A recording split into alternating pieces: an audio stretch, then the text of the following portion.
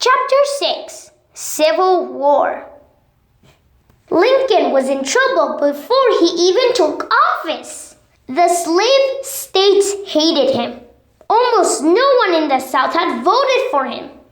As soon as the news came of his election, 7 states seceded from the Union. They said they were no longer part of the United States. Lincoln was not their president. Soon, 4 more states joined them. They called their new country the Confederate States of America. They elected Jefferson Davis as their president. In his brief inauguration speech, Lincoln spoke to a huge crowd gathered in front of the Capitol. He told them he would not let the nation become 2 countries, no matter what. He avoided talking about slavery. He had a good reason for this.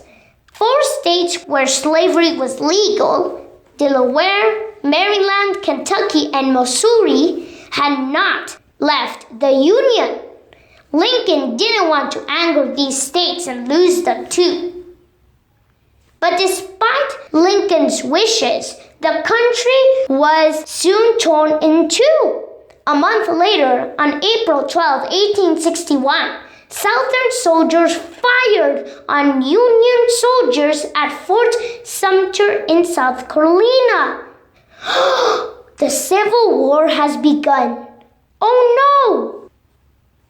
More than 80 years earlier, the American colonies, North and South, had united to break away from England and become a new country.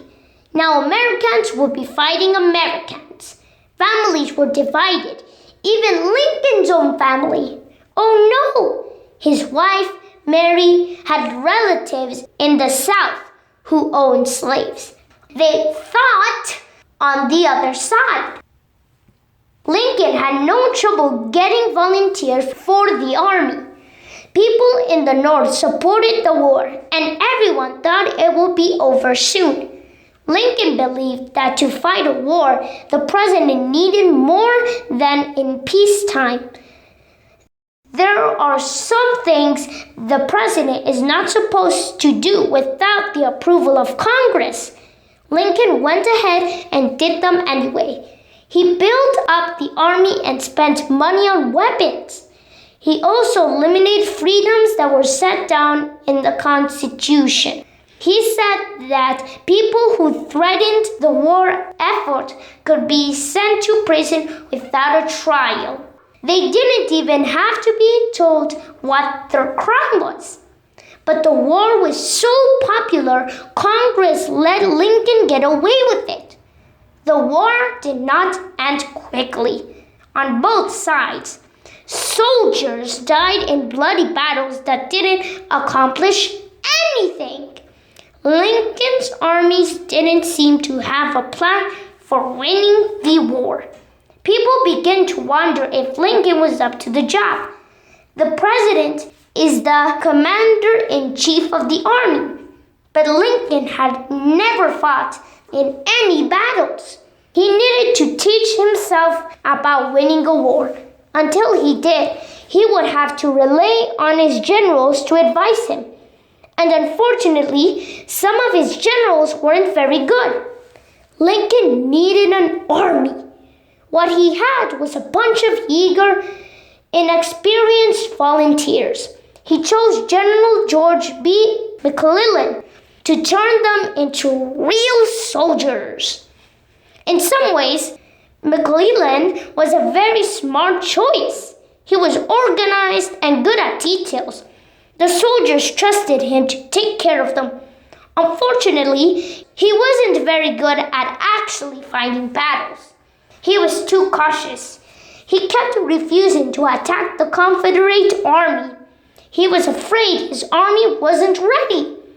He was afraid the Confederate army was too strong. He lost chances to win battles that could have ended the war. Finally, Lincoln became impatient. If General McClellan does not want to use the army, he said, I would like to borrow it for a time. While Lincoln was learning to be a president, his family was settling into their new home. The White House has much fancier than any place they had lived before, but it was dirty and run down. Congress gave Mary some money to fix it up. She made it elegant and beautiful. However, she spent far too much money. Lincoln rarely lost his temper with his wife. Now he did. He needed money from Congress to pay her uniforms and blankets for soldiers. Yet he had to go and ask for more money for silly frills as well. It had to stop, he told his wife.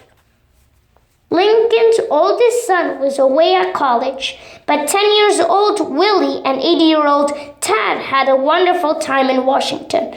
They made friends with soldiers who were courting in the White House. They set up toy cannons on the roof and fired at the Confederate Army only a few miles away. It was unusual for children to be living in the White House. The presidents before Lincoln had only grown-up children. The whole country was interested in the Lincoln boys. People sent them presents, especially pets. They had a pony and 2 goats that ran around and destroyed the White House gardens. Sometimes the goat got inside the house. Tad once made a sled out of a chair and had a goat pull them right through the middle of the elegant party. Lincoln never scolded the boys or tried to make them behave. Neither did Mary. They were allowed to burst into the president's office. It didn't matter who was there. Lincoln sometimes talked to his generals with one of the boys climbing up his chair and into his shoulders. Sometimes they napped on the floor, overhearing state's secrets. The boys had a soldier doll named Jack. One day, they decided that Jack had gone to sleep on guard duty and had to be punished. They sentenced him to death. Then they ran to their father, interrupting a meeting, and asked him to pardon Jack. Lincoln listened gravely to their case. Then he wrote out an official pardon on White House stationery. Later, Tad also got Lincoln to free a turkey that was being fattened for Christmas dinner. Tad wanted to keep it as a pet. He named the turkey Jack, too. Lincoln didn't mind these interruptions. In fact, he needed them in the middle of his terrible war. And with all his worries, Tad and Willie could make him smile. His sons weren't the only people interrupting Lincoln. Almost anyone who waited long enough outside his office was invited in. Most came to ask for favors. For example, they hoped Lincoln would find a government job for them. Sometimes there were such huge crowds that the staircase was completely blocked. The most painful requests were from parents and wives begging Lincoln to pardon a soldier. Perhaps their son has been condemned to death for cowardice or neglecting his duties. Lincoln always tried to grant these requests. He understood that sometimes a man meant to be brave but just had cowardly legs. That made him run away from battle. Lincoln's openness to ordinary people earned him their loyalty, even when the war seemed endless. They called him Father Abraham. Lincoln's sympathy with other parents was strengthened by his own loss. In 1862, 11-year-old Willie Lincoln died of typhoid fever. Oh no!